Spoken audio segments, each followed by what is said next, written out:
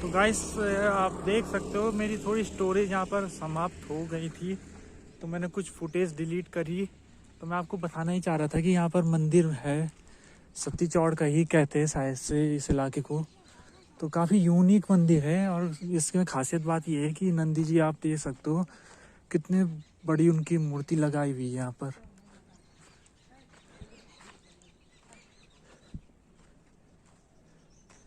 नमस्कार, कोई है यहाँ देखने वाला? आप ही हो यहाँ देखने वाले? नहीं, घर में है, दूसरा परिवार है यहाँ। अच्छा, किसी ने प्राइवेट बना रखा है ना? नहीं, अपना है। अपना है ना किसी का? हाँ, तो थोड़ा वीडियो बना लो इधर। हाँ, बना। तो सती चौड़ कहते हैं ना इस इलाके को। हाँ, सती चौड़। तो गाइस आप देख सकते हो ये सती चौड़ में ये मंदिर है। अभी ज़्यादा साल नहीं हुए इसे बने हुए, जहाँ तक देख के लग रहा है। तो यहाँ पर खासियत बात ये देख सकते हो आप, नंदी जी का स्टैचू और काफ़ी बड़ा है ये।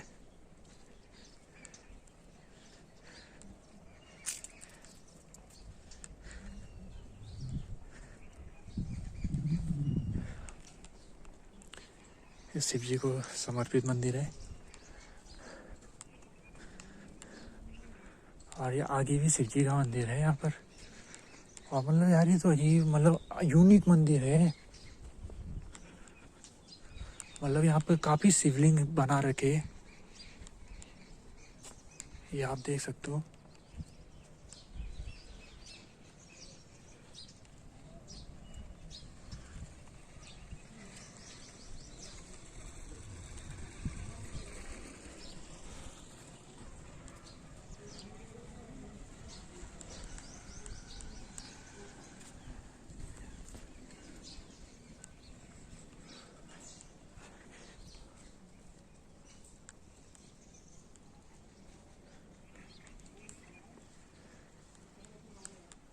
जी नमस्कार, यहाँ कौन देखता है मंदिर के बारे में?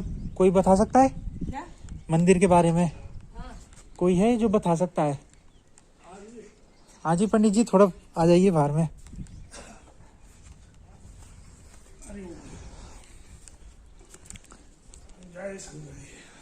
जी मैं वीडियो बनाता हूँ ना। अच्छा।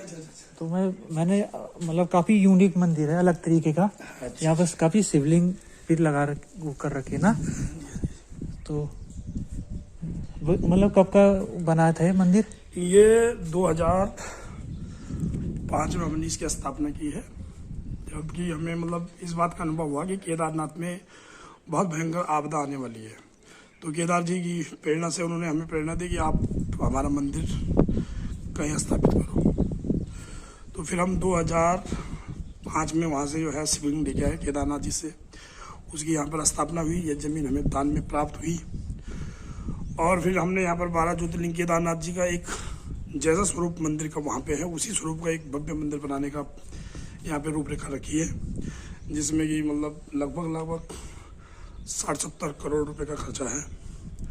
12 ज्योतिर्लिंग के 12 मंदिर यहाँ पे बनेंगे, 10 महाविद्या का और 9 दुर्गा का मंदिर ही बनेगा। अभी कार्य चल रहा है, श्रीयंत्र बनना है देवी के ऊपर जो स्थापित होगा छत में। तो धीरे धीरे महामृत्युंजय मंदिर, 10 महाविद्या। और 2013 में फिर जब वहाँ पर आपदा आई थी, तो उससे पहले भगवान शंकर जी ने हमारे मुख से वहाँ पर भविष्यवाणी करवाई थी कि भाई यहाँ पर 2013 में जल समाधि ले रहे भगवान शंकर जी।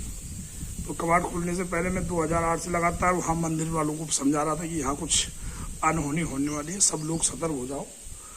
और इसको टाला जा सकता था उसको, क्योंकि वहाँ पर अब बहुत ज़्यादा संख्या में अब जो है भगवान की सेवा नहीं हो रही है, बल्कि व्यापार हो गया भगवान के नाम पे, है ना। व्यापार को भगवान को बेचा जा रहा है, शांति से भगवान की पूजा नहीं हो रही है। मांस जा रहा है, मदिरा जा रहा है, नाना प्रकार के वहाँ पे कर्म हो रहे हैं जो वहाँ पे होने नहीं चाहिए थे।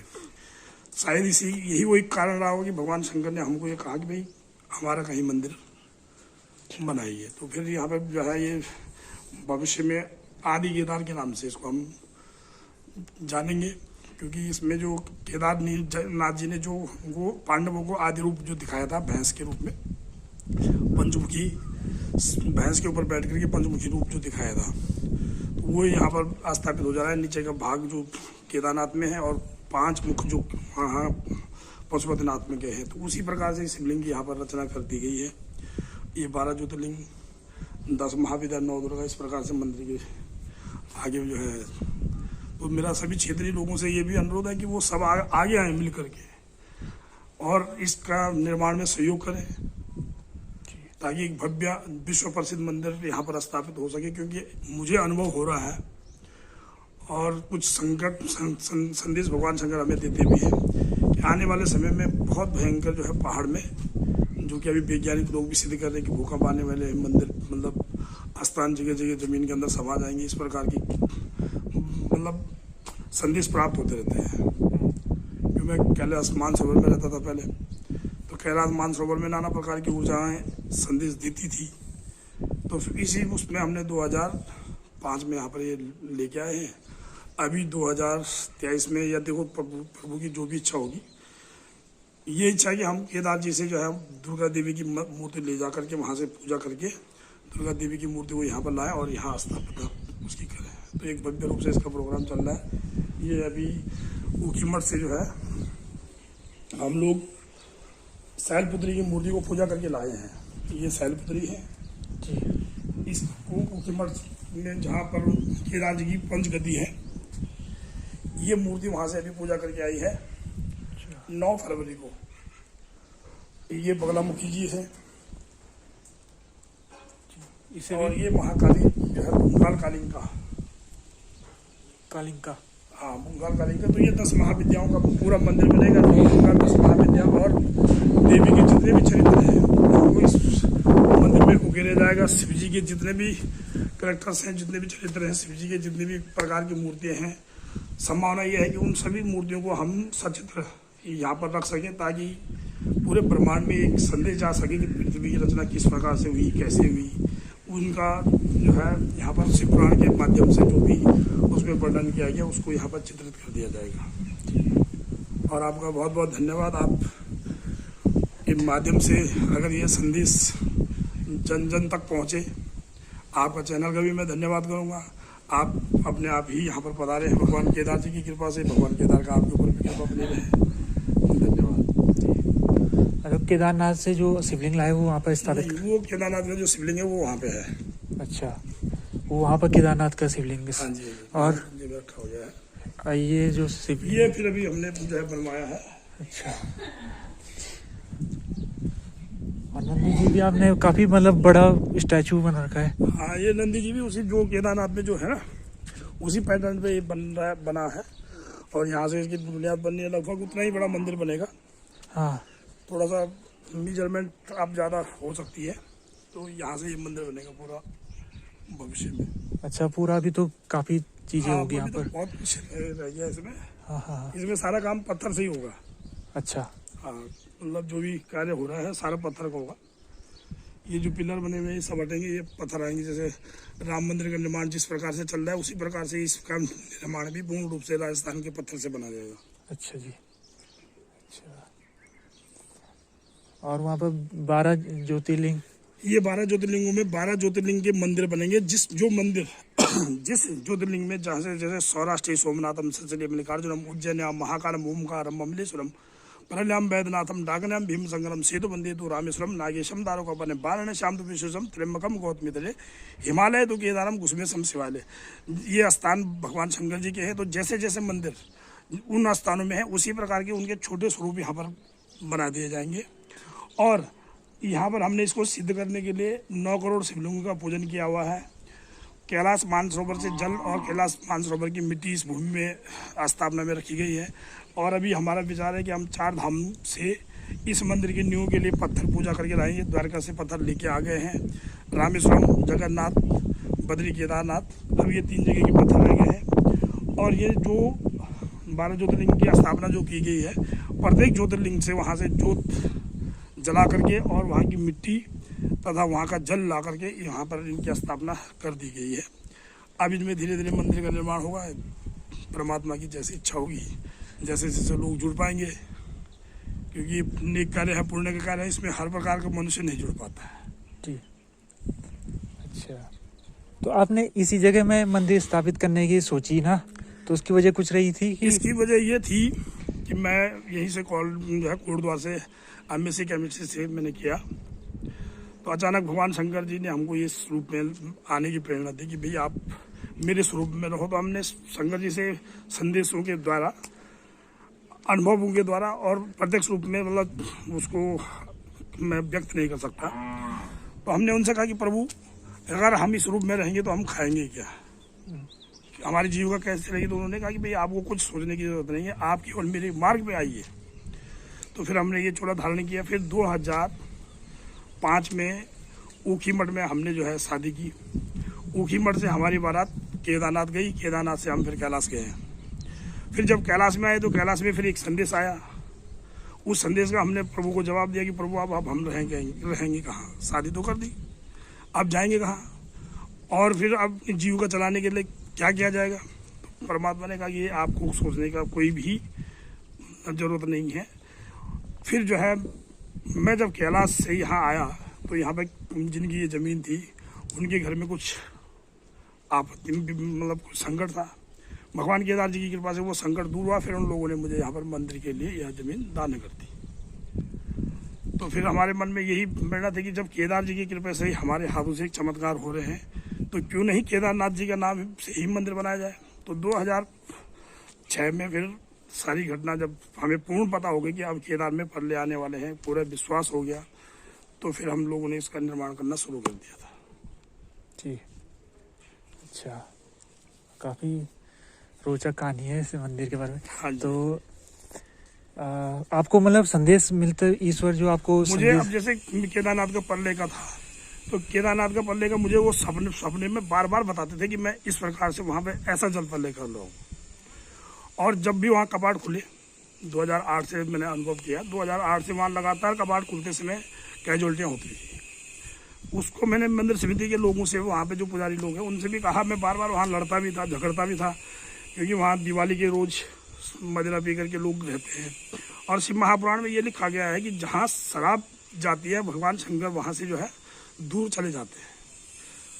आज अत्यधिक मात्रा में केदारनाथ में शराब का सेवन होता है। यहाँ तक कि महात्मा लोग भी वहाँ पे शराब पीते हैं, पुजारी लोग भी शराब पीने, पुजारी तो नहीं पीते होंगे, लेकिन जो वहाँ पे पंडा लोग हैं या और भी समाज है, भक्त भी हैं, वो भी शायद हो सकता है कि उसमें संलग्न हो।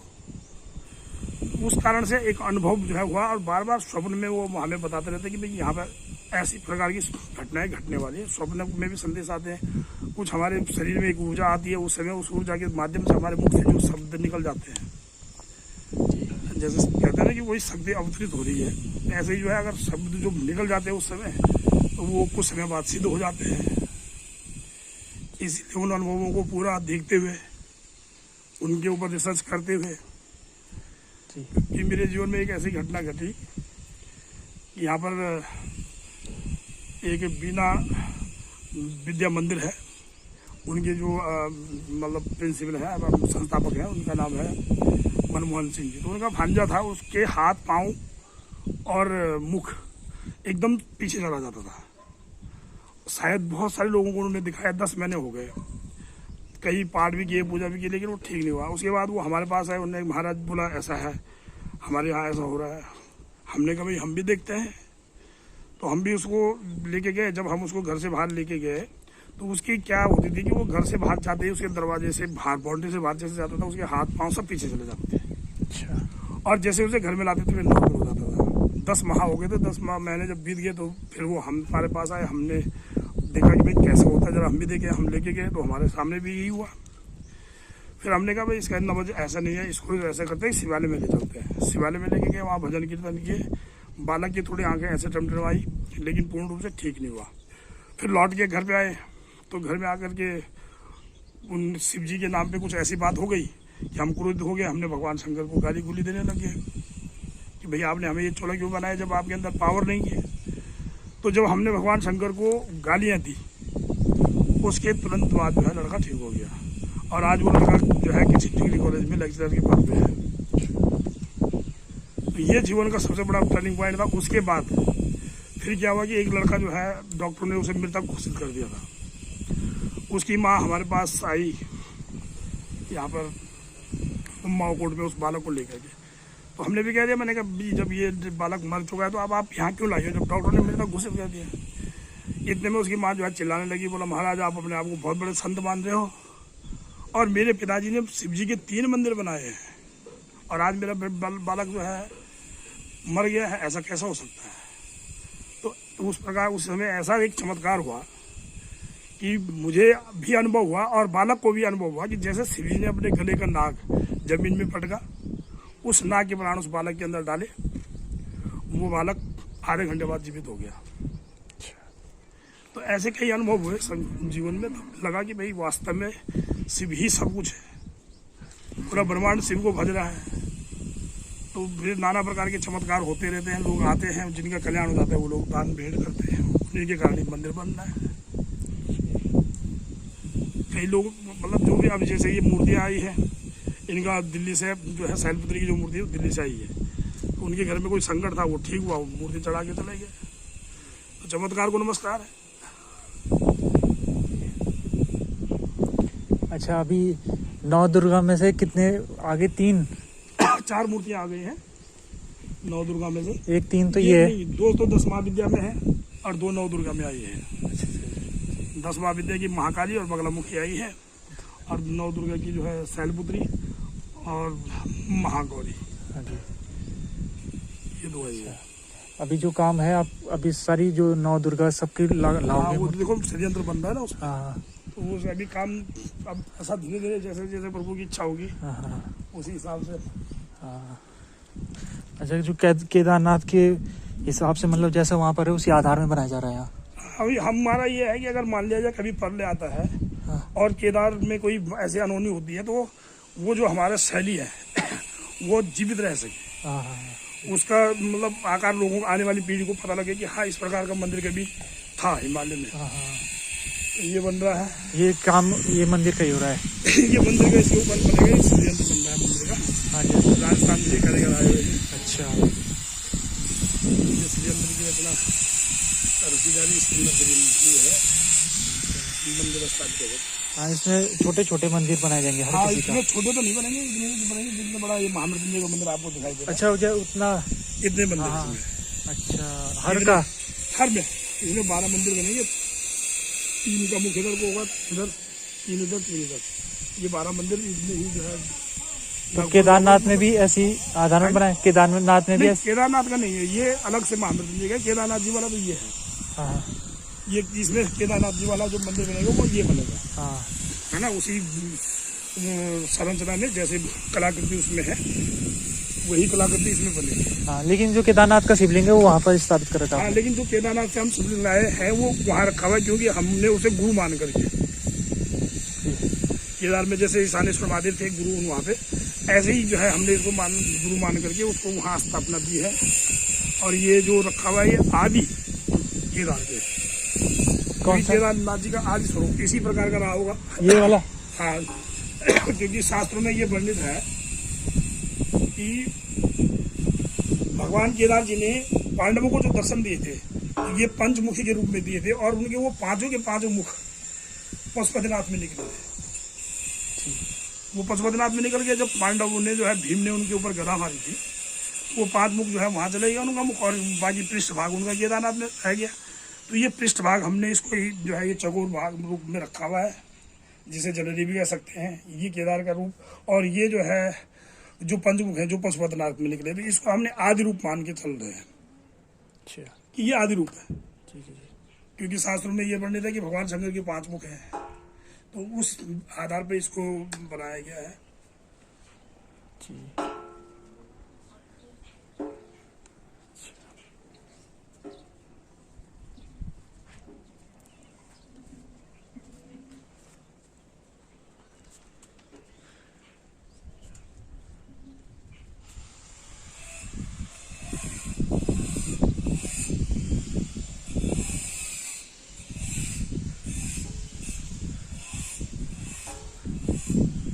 तो आपका बहुत बहुत धन्यवाद, आपने काफ़ी जानकारी दी।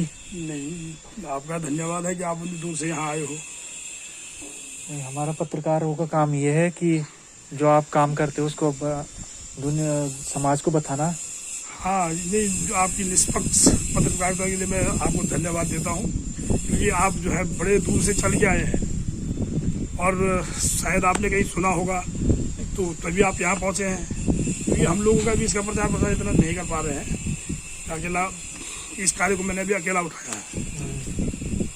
अभी मैंने इसमें जो है ट्रस्ट तो बना रखा है, लेकिन इतना बजट नहीं है कि जो इसको सुचारू रूप से चला सकूँ।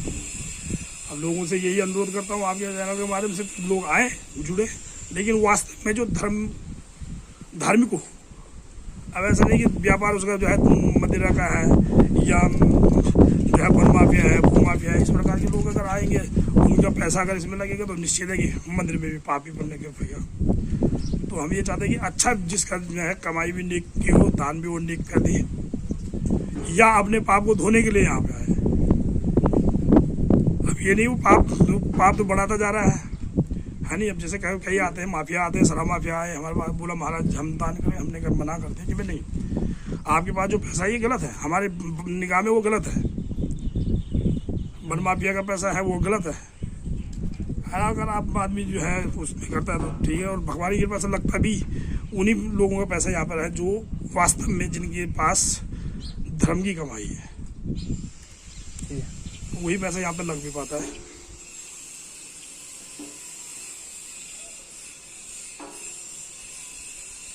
आप देख सकते हो, आप कोड़दान में इस तरह का मंदिर आप कहीं देखोगे तो आपको यही मिलेगा। किस तरीके 12 ज्योतिर्लिंग की स्थापना यहाँ पर हो चुकी है। बस यहाँ पर अभी जैसे वहाँ पर बना हुआ है मंदिर, वैसे ही सबका बनेगा एक एक। तो 12 जगह आए गए और वहाँ पर नवदुर्गा की स्थापना होगी वहाँ पर। उसके लिए अभी पंडाल वो काम भी हो रहा है। राजस्थान से मंगाए गए पत्थर।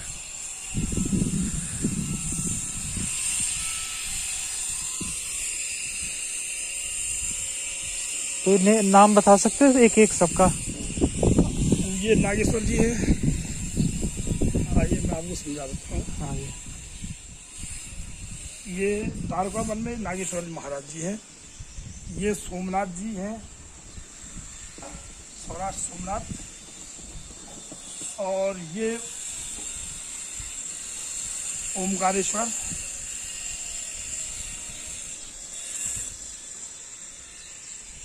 ये ममलेश्वर, ये केदार जी हैं। केदार जी। हाँ जी। ये काशी विश्वनाथ जी। ये जो है वैद्यनाथ जी, परली वैद्यनाथ। ये उज्जैन में जो महाकाल है, ये उज्जैन के महाकाल जी। ये रामेश्वरम।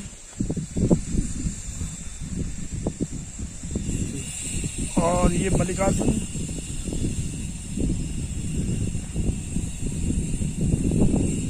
ये त्र्यंबकेश्वर। और ये घृष्णेश्वर।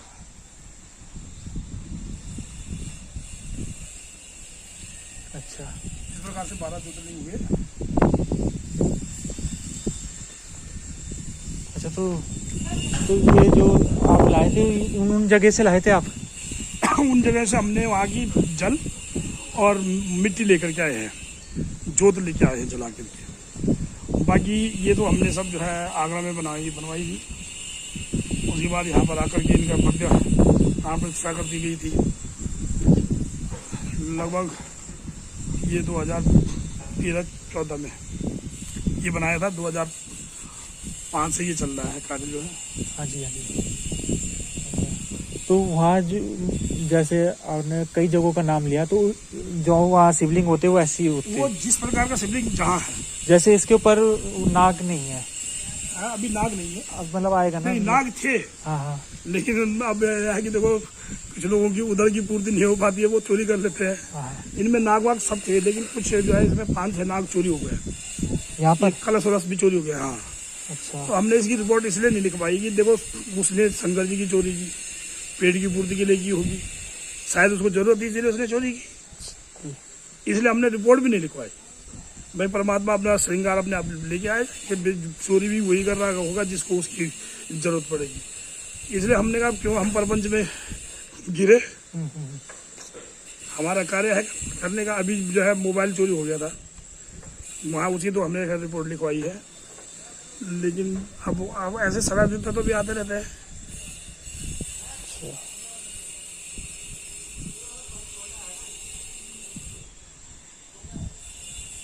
कोई जो जैसे नंदी जी है अलग अलग दिशा में वो देख रहे हैं, जैसे ये जो जिस मंदिर का मुख जिस दिशा में खुलेगा, मान लिया जाए ये मंदिर का मुख दरवाजा इधर को बनना है तो उसी दरवाजे के आगे ये नंदी स्थापित किए गए हैं।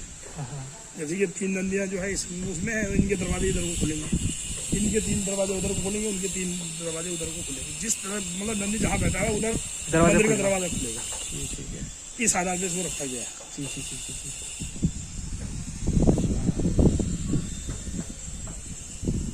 तो ये सब आगरा में बनाए थे आपने?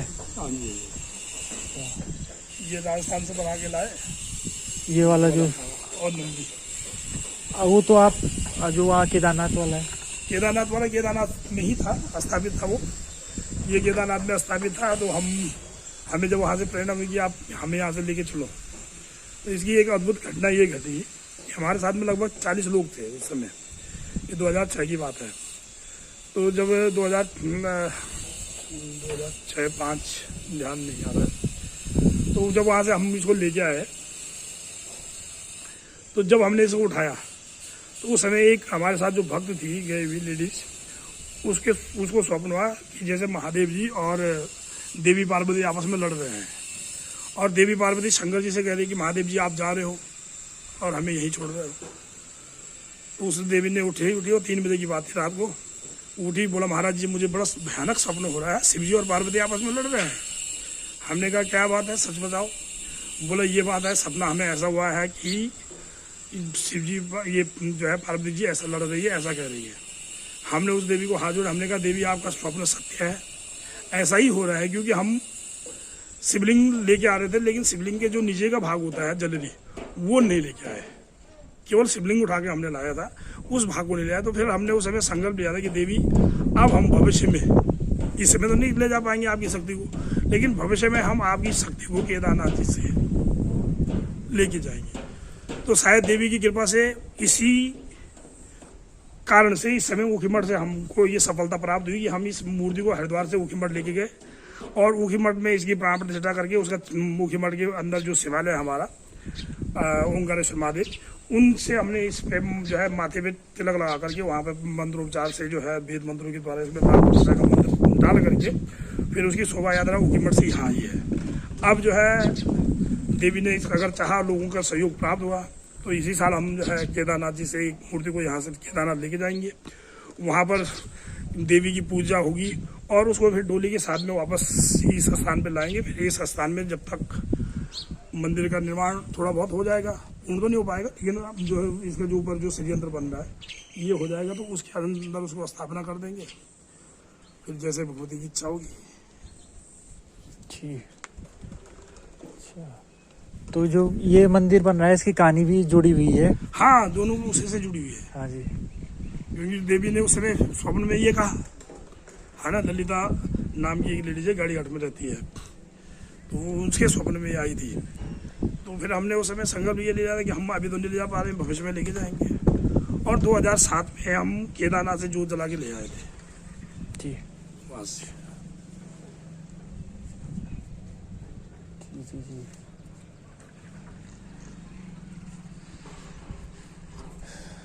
अच्छा,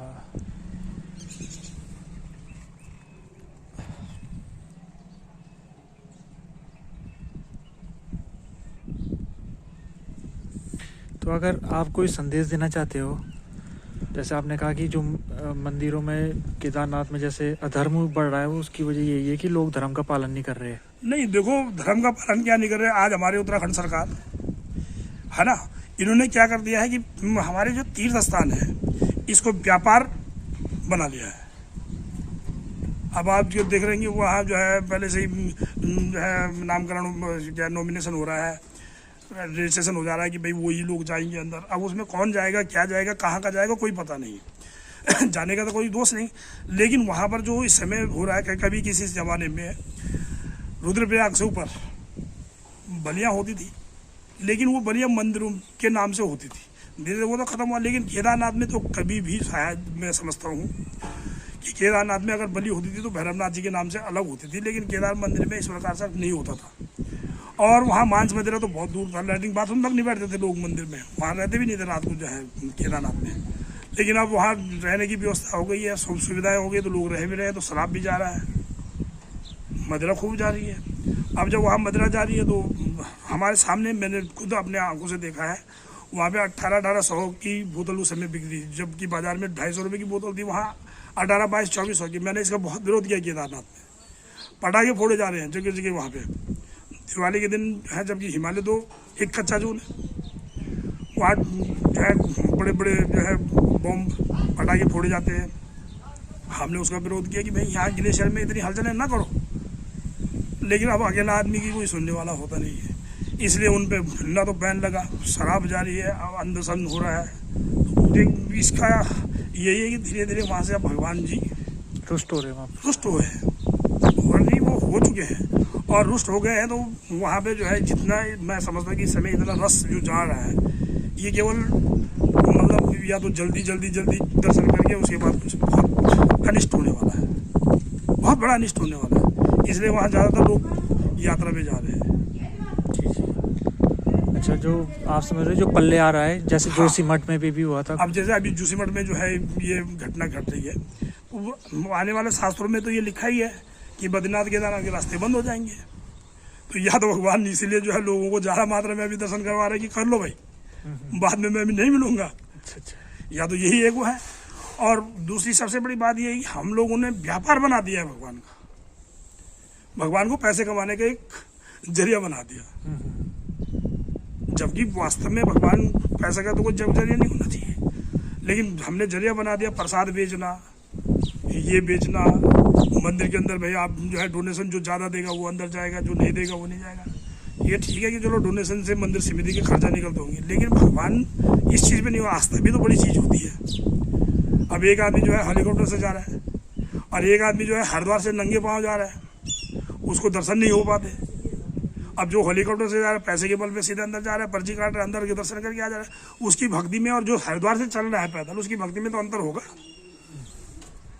जब भी ना समान का अंतर होगा। अब जो आदमी आस्था और विश्वास से जा रहा है उसे दर्शन नहीं हो पाते, भीड़ में घंटों लग जाते हैं। और जो आदमी जो है हेलीकॉप्टर से जा रहा है, क्योंकि उसको हेलीकॉप्टर में वापस आना भी है, तो उसके अलग से पर्ची कट जाती है, वीआईपी गेट से अंदर जाने लग जाता है। परमात्मा के सामने कोई वीआईपी नहीं होता। सही बात कर रहे हो आप। तो आगे क्या करना चाहिए हमें? जैसे हमें तो कोशिश करनी चाहिए, हमें तो कोशिश ये करनी चाहिए कि वहाँ पर जो है जो ये लोग चला रहे हैं, इनको वास्तव में जो धर्म में लिखा गया है उसका अनुसरण करना चाहिए। वहाँ मांस नहीं जाना चाहिए, मदिरा नहीं जानी चाहिए, और वहाँ पे जो भगवान का व्यावसायीकरण है वो नहीं होना चाहिए, ताकि वहाँ की ऊर्जा बनी रहे, भगवान हमारे ऊपर आशीर्वाद बना कर रखें, और वहाँ फल लेना है। आपको लगता है अगर ये वैश्वीकरण चलता रहा तो पल्ले आना निश्चित है? निश्चित है, लगता नहीं है, वो तो 100% निश्चित है। अभी ये 2028 में ही बहुत कुछ होने वाला है। अच्छा, इसमें भी जो है अनुभव वैज्ञानिक लोग भी इसको सिद्ध कर ही रहे हैं, और जो हम लोगों के अनुभव हैं, क्योंकि मैं तो अपने से ही बात कर रहा हूँ कि मुझे 2000 से इस बात का अनुभव था कि केदारनाथ में ऐसा होने वाला है। फिर 2007 से मैं लगातार लोगों को समझा रहा था। जब मैं यहाँ पर 2005 में यहाँ पे हमने प्रोग्राम रखा था, उस समय भी मैंने जो है TV 100 जो है एक राजीव गौड़ है यहाँ पे पत्रकार, उनको बताया था ये बात। तो उन्होंने उस समय ये कहा कि महाराज आप ऐसी बातें मत करो, इससे आप लोग भड़क जाएंगे, आप ये मत करो, आप अपने काम पे ध्यान दो। तो लेकिन 2007 से मैंने लगातार केदारनाथ में वहाँ जो केदार जी के वो लोग हैं वहाँ उनको समझाने लग गया था कि यहाँ पे अनिष्ट होने वाला है। उसका अनुभव यही था कि वहाँ पे जो है जैसे हम 2007 में कुछ मौतें हुई, फिर ऊखीमठ में बादल फटे, उसके बाद जो है 2008 में हुई, फिर 2009 में हुई, फिर 2010 में हुई, 2011 में हुई, 2013 में हुई, 12 में हुई। तो वो मौतें हमारे जो 9 वो है ना 33 करोड़ देवता, यानी 33 कोटि, 10 दिग्पाल, 27 नक्षत्र, उसी हिसाब से वहाँ हर मेरा अनुभव है कि वहाँ पे मौतें हुई। मैंने उसको जो है कैलकुलेशन करके उनको बताया भी था कि भाई इस साल इतनी मौतें हुई, इतनी साल इतनी मौत हुई, ये कोई ना कोई बहुत बड़ा अनिष्ट होने वाला है। तो फिर जब 2013 में जब पल्ले आया था तो कबाड़ खुलते समय उसमें बहुत ज़्यादा भीड़ थी। मैं भी लाइन में लगा था। अब लाइन में लगा था तो बहुत देर हो गई, लाइन आगे नहीं बढ़ी। फिर मैं लाइन तोड़ के गया, मंदिर प्रांगण में गया, वहाँ देखा कि कबाड़ बंद है। भाई पूछा उनको कि कबाड़ बंद क्यों है, बोला जो है विजय बहुगुणा जी के कारण दोबारा कबाड़ बंद हो गए, 3 घंटे तक दरवाजे बंद कर दिए गए। तो उस समय मेरे शरीर में जो ये ऊर्जा है, जो ऊर्जा इसको करवा रही है वो प्रकट हुई। अब जब वो ऊर्जा प्रकट हुई तो हमारे मुख से जो है एक भयंकर मतलब क्रोध उत्पन्न होकर के ये निकला कि भाई इस साल यहाँ तुम्हारे कर्मों से भगवान शंकर जल समाधि ले रहे हैं। ये बात वहाँ पे गौरीकुंड में नटराज होटल वाला था हमारे यहाँ गुरुद्वार का, राकेश उसकी बोली जाऊँ नैथानी, राकेश नैथानी, उसका वहाँ पे होटल था। आकर के मैंने उसे बताया, उसने कहा महाराज जी गुस्से में इसलिए इस बात को कह रहे हैं। हमने उसे कहा था कि बेटा यहाँ पल्ले होने वाला है, तुम अपने सामान की चिंता मत करना, तुम्हारे आदमियों को कुछ नहीं होगा, तुम नुकसान जरूर झेलोगे लेकिन तुम्हें जो है कैजुअलिटी नहीं होगी, यहाँ बहुत बड़ा पल्ले होने वाला है। केदारनाथ में भी गुस्से में हमने ये सब जब कहा तो फिर हम वहाँ से नीचे उतर गए। फिर जिस दिन बादल फटा उस समय मैं ये जो नंदी हमने बनाया है, उस समय मैं उस नंदी को बनाने के लिए पत्थर तराश रहा था। और कौन सा वाला? ये जो बड़ा नंदी जो बनाया है, अच्छा अच्छा। तो इसके लिए मैं पत्थर तराश रहा था। उस समय जैसे ही जो है इसके लिए पत्थर तराशा, इतने में खबर आई कि भाई वहाँ केदारनाथ में पल्ले हो गया। तो फिर हमने जो है वहाँ कार्य रोक दिया। फिर ये जो है हमने फिर राजस्थान से बनाया, उस पत्थर को हमने वैसे ही छोड़ दिया। फिर जब पल्ले आ गए वहाँ पे, अब इसका इतिहास बाकी प्रभु जाने।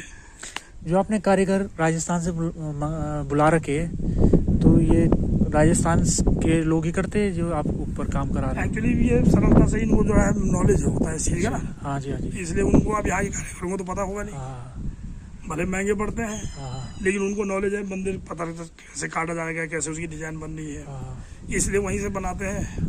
अब जितना जितना होता रहता है तो ये मंदिर सब पूरा उन्होंने बनाया है राजस्थान से।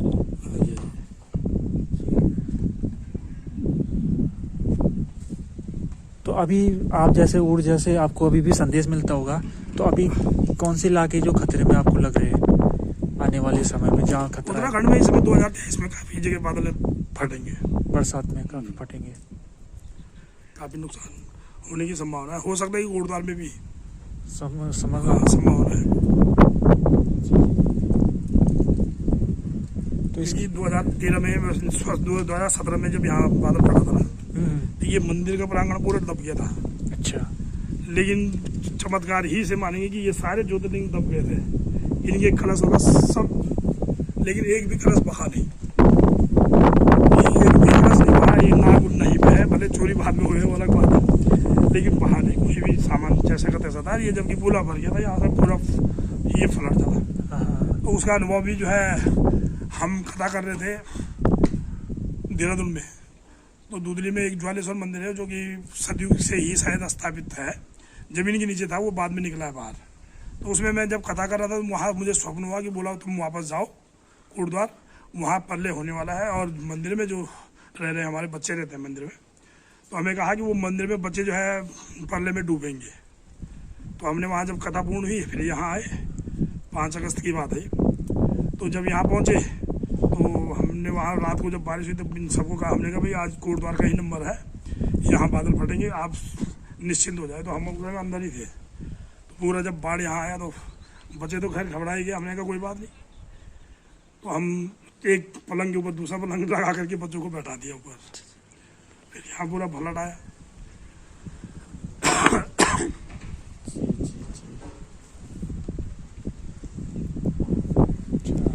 मेरा अपना अनुभव यही है कि हम लोग जो है जो मंदिरों में आजकल हमने जो व्यवसाय का ऐलान कर दिया है, उसी का कारण ये है कि शंकर जी बहुत कुपित है। जैसे कुछ लोग कहते हैं ना धारी को उठाया, अब ये लोग उत्तराखंड को जो है इन्होंने समुद्र बनाने की कोशिश कर दी है। टिहरी डैम पूरा समुद्र बन गया। इधर और भी छोटे छोटे जो जिसको लोग विकास कह रहे हैं, वो विकास एक विनाश का माध्यम बनता जा रहा है। जिस साल से ये लोग ये सब चीज़ें हुई, धीरे धीरे बादल फटने शुरू हुए। अब तो बादल हर साल फटते हैं।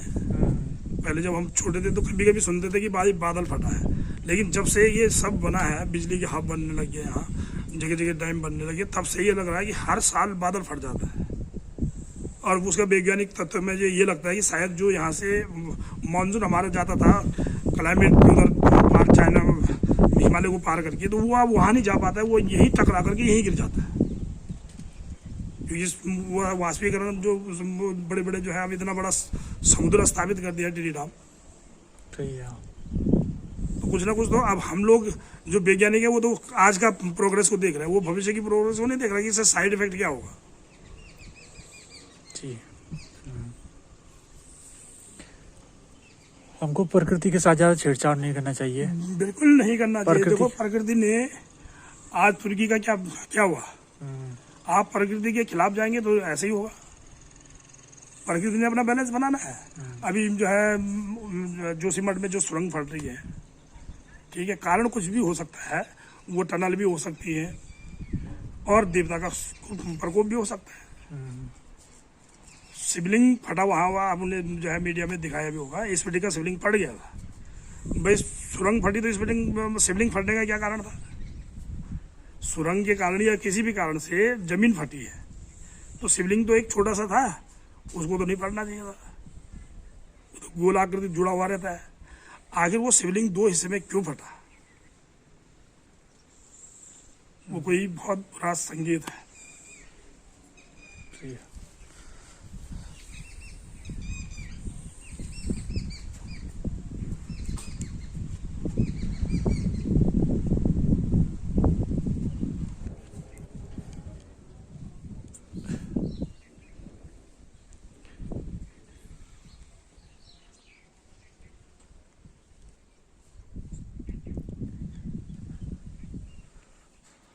इस बात का ध्यान जरूर रखना कि हमें इन्वायरमेंट को बचाना चाहिए। जो उन्होंने बात कही है भगवान के रुष्ट होने की, अगर आप उस बात से सहमत भी ना हो तो आप कम से कम इस बात से तो उनकी सहमत होनी चाहिए कि हमें पर्यावरण के साथ छेड़छाड़ नहीं करनी चाहिए। उन्होंने भले अपने तरीके से कहा है, लेकिन वो बात 100% सही है कि अगर हम पर्यावरण के साथ छेड़छाड़ करेंगे तो हमें नुकसान हमारा ही होगा। इसीलिए हमें, चाहे हमारे मंदिर वाले इलाके हो या फिर हमारी नदियाँ हो, उसमें हमें खनन नहीं करना चाहिए। अगर करना भी चाहिए तो लिमिटेड अमाउंट में करना चाहिए। आखिरकार यही कि सत्ती चौड़ के लोग जब खनन हो रहा था तो चुप बैठे हुए थे, और इस सबसे बुरी स्थिति अभी यहाँ जो सबसे ज़्यादा दिक्कत जो आ रही है वो सत्ती चौड़ के लोगों को ही आ रही है।